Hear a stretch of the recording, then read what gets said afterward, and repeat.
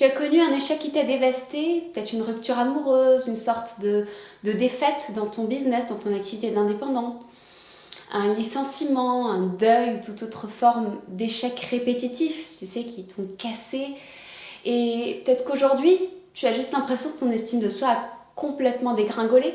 Alors, comment se reconstruire et retrouver l'estime de soi après une épreuve de vie difficile ou un échec? C'est ce que nous allons voir ensemble dans cette vidéo. Prêt?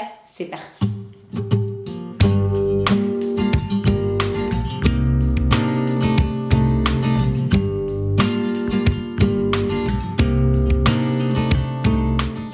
Hey, je suis Kenza Baché de kenzabaché.com, psychologue spécialisée dans les relations interpersonnelles et l'hypersensibilité, et tu es au bon endroit. Si tu veux apprendre à t'épanouir dans ta vie et dans tes relations en tant que personne hypersensible et intuitive.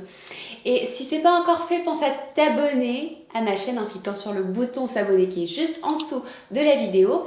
Et pense aussi à activer tes notifications, comme ça tu feras partie des premières personnes à être notifiées dès que je publie une nouvelle vidéo. Alors, je l'ai dit dans l'ancienne vidéo, l'estime de soi, c'est le système immunitaire de ton psychisme. C'est-à-dire que quand ton estime de soi est solide, tu peux affronter vents et marées, tu peux affronter tous les obstacles qui se dressent sur ton chemin avec courage et résilience. Et tu y vois même parfois avec du recul une opportunité de croissance plutôt qu'une punition ou quelque chose que tu subis sans aucun contrôle. Mais quel que soit ton capital initial d'estime de soi que tu te portes, ce capital-là peut faiblir face à des échecs répétés ou des circonstances de vie qui deviennent rudes et challengeantes. C'est le cas par exemple de plusieurs de mes clientes qui cumulent des échecs amoureux à répétition ou des histoires avortées, des déceptions multiples. La première fois, ça passe, mais au fur et à mesure qu'elles encaissent des coups encore et encore, leur estime de soi se retrouve forcément fragilisée. Alors, ces périodes où l'estime de soi est fragile sont très délicates parce qu'on se sent vraiment vulnérable. Et surtout en tant que personne hypersensible, en fait, on a tendance plutôt à se sous-estimer, mais quand on entre dans des périodes d'estime de soi fragile, en fait, on est un petit peu en grande détresse et parfois on a du mal à trouver le moyen de s'en sortir. Pourtant, la réaction que tu as dans ces périodes-là où tu te sens dans une estime de soi fragile sont déterminantes parce que soit tu peux prendre un élan positif, soit tu peux te résigner. Alors si on est ensemble aujourd'hui, c'est pour prendre la voie de l'élan positif. Et la bonne nouvelle, c'est qu'il y a des moyens directs d'agir pour renforcer l'estime de soi et on peut commencer dès aujourd'hui. Alors tout d'abord, voyons ce qui ne marche pas pour rehausser ou renforcer l'estime de soi. Ce qui ne marche pas, c'est de minimiser le problème ou de faire comme si de rien n'était, comme si c'était absolument pas important. Il y a une réalité émotionnelle qui est là. Et ce n'est pas parce que tu te forces à faire comme si tout allait bien et à ignorer la réalité qu'elle va disparaître. Vivre une expérience que tu considères comme un échec, c'est quelque chose de significatif. Et ça entraîne en fait un long processus émotionnel et psychique qui est similaire au processus de deuil. En fait, ça fait partie de ta réparation. Mais ta réparation, elle ne peut pas se faire si tu restes dans le déni. Elle n'est possible que dans l'acceptation pleine et sûrement pénible de toutes les nuances et tous les états émotionnels qui vivent en toi. Il est donc important de reconnaître et de nommer l'expérience que tu es en train de vivre et d'accueillir toutes les émotions qui l'accompagnent. Alors, la deuxième chose qui ne fonctionne pas, c'est les affirmations positives. Quand tu es blessé dans ton estime de soi, se répéter devant un miroir que tu es une personne merveilleuse, ça peut peut-être soulager temporairement et superficiellement, mais ça ne va pas t'aider sur du long terme parce que tu ne vas pas y croire davantage. Et les blessures de l'estime de soi sont tellement profondes et font écho à des traumas du passé. Donc c'est vraiment quelque chose de très complexe en soi. Et les solutions miracles et autres pansements superficiels risquent au contraire d'empirer la situation. Je connais beaucoup de personnes qui, échouant à se sentir mieux avec des affirmations positives, se renfermaient davantage, s'isolaient et ne faisaient que creuser encore plus leur estime de soi qui est déjà fragilisée. Alors, que peut-on faire pour renforcer l'estime de soi? La première étape, c'est de reconnaître les sentiments de défaite qui t'habitent. Parce que quand tu ne vois plus ta propre valeur et que tu te dévalorises, ça veut dire que l'image que tu as de toi-même, de ton identité, de ce que tu es capable ou pas, est ébranlée. Autrement dit, tu cesses en fait de te faire confiance parce que quelque part, avec tout ce qui s'est passé, tu es arrivé à la conclusion consciente ou inconsciente que quelque chose manque et du coup tu te sens profondément inférieur. Sache que c'est une réaction tout à fait normale, on passe tous par là. Et en fait, ça s'explique par des raisons biologiques, ce sont des raisons même de survie en fait qui font que quand on est dans une expérience où on ne peut pas gagner, on adopte une position de défaite, de recul. Et une sorte de dépréciation de soi et de déprime temporaire s'installe. À ce moment-là, il faut reconnaître tes sentiments de défaite, il faut reconnaître ce sentiment d'impuissance, l'accepter. C'est vraiment le premier pas pour avancer. Le deuxième pas, c'est délimiter le périmètre des dégâts. Alors, ce qui va pouvoir te soulager, c'est de sortir de la généralisation et de délimiter en fait ce que tu considères être ta défaite. Par exemple, au lieu de te dire « je suis une ratée parce que je n'arrive pas à garder aucun homme amoureux au monde parce qu'il n'y a aucun homme sur Terre qui me correspond », alors en fait tu vas délimiter le problème de façon plus précise. C'est-à-dire que tu vas te tenir aux faits. Tu vas revenir aux faits. Et ça peut donner quelque chose du style, du coup ces 18 derniers mois, j'étais déçue, j'ai vécu 2 ruptures amoureuses, dont une avec un homme auquel je tenais énormément, avec qui je commençais à me projeter dans le futur, et aujourd'hui j'ai 40 ans, et j'ai l'impression que je suis juste en manque de temps, et que je ne pourrai jamais fonder une famille dans ces conditions-là. Et donc, comme ça, je délimite le périmètre de mon échec et on voit déjà les choses autrement. Troisième façon, c'est de revisiter son passé pour trouver ses forces. En situation de stress chronique et de détresse, c'est normal de cesser d'avoir accès à ses forces. Alors, je t'expliquerai ça dans une prochaine vidéo en lien avec les personnalités, les types de personnalités et la connaissance de soi. C'est passionnant, mais ce que tu dois comprendre aujourd'hui, c'est que le piège qui t'enferme en fait dans un cercle vicieux de dévalorisation de soi est le suivant. Donc en fait, plus tu perds l'estime de toi-même, moins tu as accès à tes forces, les forces qui te caractérisent habituellement. Et moins tu y as accès, plus ça vient creuser en fait le manque d'estime de soi, ça vient ébranler ton identité. Par exemple, en situation de stress chronique et quand j'ai vécu mon burn-out, j'ai été énormément ébranlée parce que je n'accédais plus en fait à ma plus grande force qui est ma capacité à me projeter dans le futur et avoir une vision claire de ce que je voulais exactement et de pouvoir planifier les étapes pour y arriver. J'étais en fait incapable de poser la moindre stratégie à long terme et je rentrais dans un mode un peu impulsif, un mode au jour le jour, quelque chose que je n'aimais absolument pas et qui ne me correspond pas, ça ne me ressemblait pas. Et du coup, comme ça ne me ressemblait pas, ça ne me réussissait pas non plus. En plus, je suis quelqu'un qui ne regarde jamais en arrière. Je suis plutôt du style à foncer, à y aller droit devant moi. Et là, en fait, du coup, je me retrouvais un petit peu coincée. J'étais d'un côté incapable d'avoir cette vision à long terme qui me caractérisait et qui m'aidait à avancer.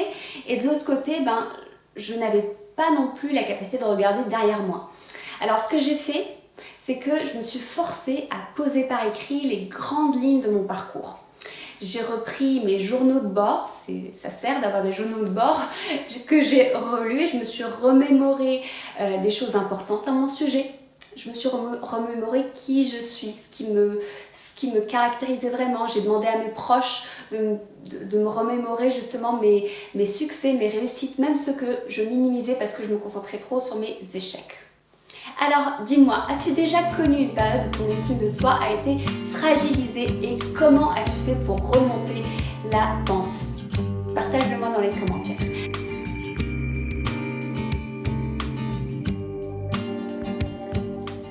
La quatrième façon, c'est de faire le point pour comprendre ses erreurs. Alors ce point est lié à la précédente question, mais il y a quand même une nuance qui est très importante. En fait, si tu t'es retrouvé dans l'impasse, c'est pas parce que tu es nul.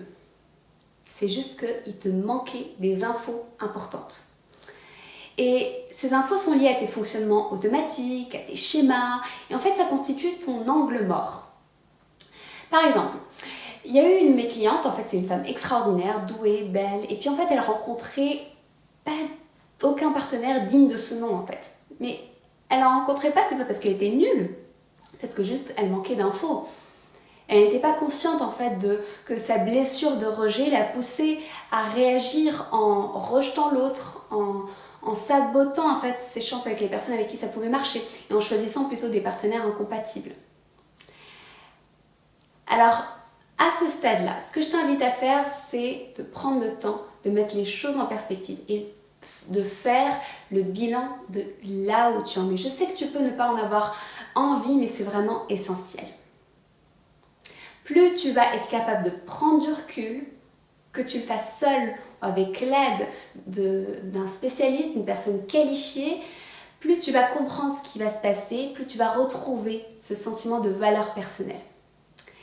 Et en le retrouvant, en fait, tu vas aussi prendre la responsabilité de ce qui relève de soi, sans culpabiliser, mais juste de reconnaître, de dire « Ok, ça c'est de ma responsabilité, c'est parce que je fonctionnais comme ça, que du coup ça m'a joué des tours. » Et ça, en fait, paradoxalement, ça va te redonner justement la force et une impression de contrôle sur ta situation. Ça va te permettre de renforcer l'estime de soi.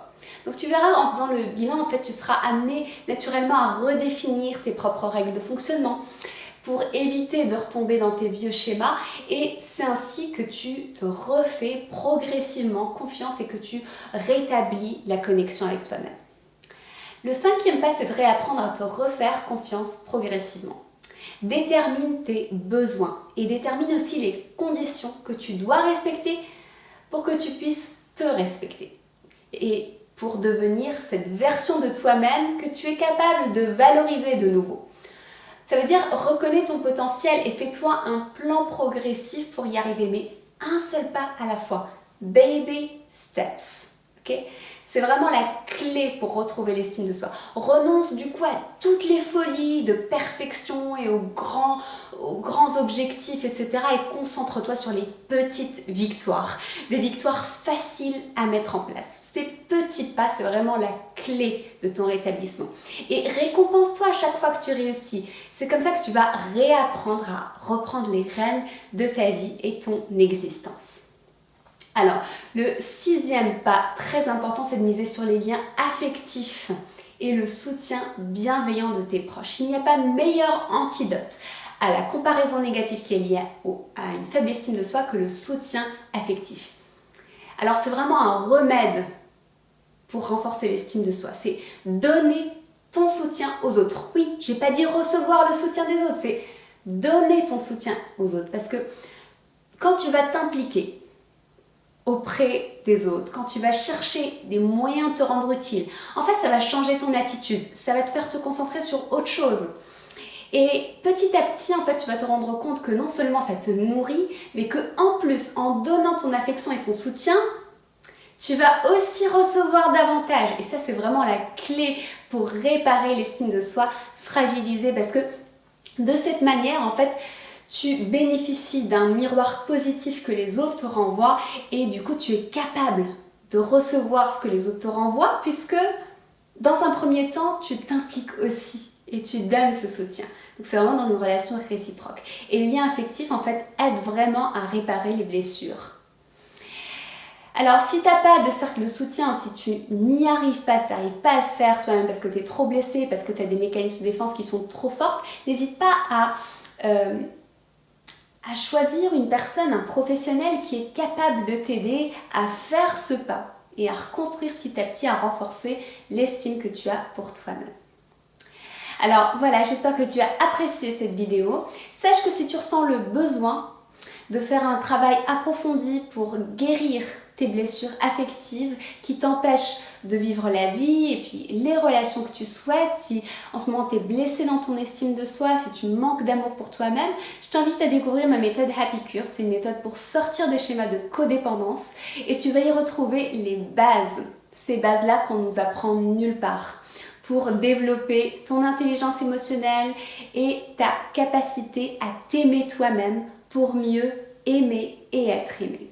Alors, le lien de Happy Cure et de la description est juste en bas, en dessous de la vidéo, dans le petit pavé de description. Voilà, alors si tu as apprécié cette vidéo, fais-le moi savoir en t'abonnant et en cliquant sur le bouton j'aime et laisse-moi aussi un commentaire, j'adore te lire et je réponds à tous les commentaires. commentaires. En attendant de se reparler, souviens-toi, cultive ta différence car là est ta force et ta puissance.